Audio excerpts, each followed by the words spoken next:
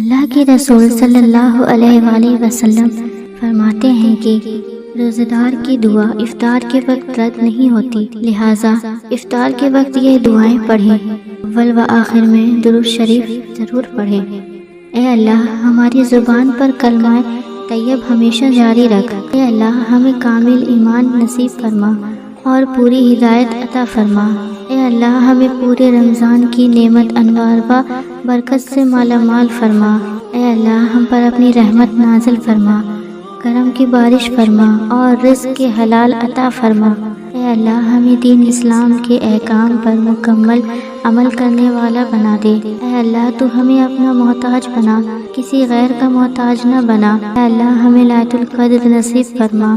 اے اللہ، جھوٹ، غیبت، کینہ، براج، جھگڑا، فساد سے دور رکھ۔ اے اللہ، ہم سے تنگ دستی، خوف، گھبراہٹ اور قرض کے بوجھ سے دور فرما۔ اے اللہ، ہمارے چھوٹے بڑے صغیرہ و کبیرہ تمام گناہ کو معاف فرما۔ اے اللہ، ہمیں دجال کے فتنے، شیطان اور نفس کے شہر سے محفوظ رکھ۔ اے اللہ، عورتوں کو پردے کی پوری پابندی کرنے کی توفیق عطا فرما۔ اے اللہ، ہر چھوٹے بڑی بیماری سے ہمیں اور کل مومنین و مومنات کو محفوظ رکھ۔ اے اللہ، ہمیں حضور اقدس صلی اللہ علیہ وآلہ وسلم کے پیارے طریقے پر قائم رکھ۔ اے اللہ، ہمیں حضور اقدس صلی اللہ علیہ وآلہ وسلم کی سنت پر چلنے کی توفیق عطا فرما۔ اے اللہ، ہمیں حضور اقدس صلی اللہ علیہ وآلہ وسلم کے ہاتھوں سے جام کوثر پینا نصیب فرما۔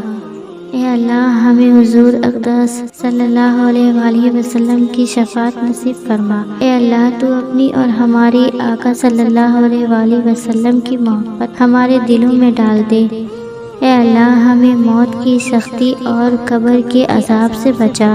اے اللہ، منکر نکیر کے سوالات ہم پر آسان فرما۔ اے اللہ، ہمیں قیامت کے دن اپنا دیدار نصیب فرما۔ اے اللہ، ہمیں جنت فردوس میں جگہ عطا فرما۔ اے اللہ، ہمیں قیامت کے دن قیامت کی گرمی اور جہنم کے آگ سے محفوظ رکھ۔ اے اللہ، ہمیں اور تمام مومنین و مومنات کو حشر کی رسوائی سے بچا۔ اے اللہ، نام اعمال ہمارے داہنے ہاتھ میں نصیب فرما۔ اے اللہ، ہمیں اپنے عرش کے سائے میں جگہ نصیب فرما۔ اے اللہ، پل صراط پر بجلی کی طرح گزرنے کی توفیق عطا فرما۔ اے اللہ، ہمیں دونوں جہاں میں رسول پاک صلی اللہ علیہ وآلہ وسلم کا غلام بنا کر رہین۔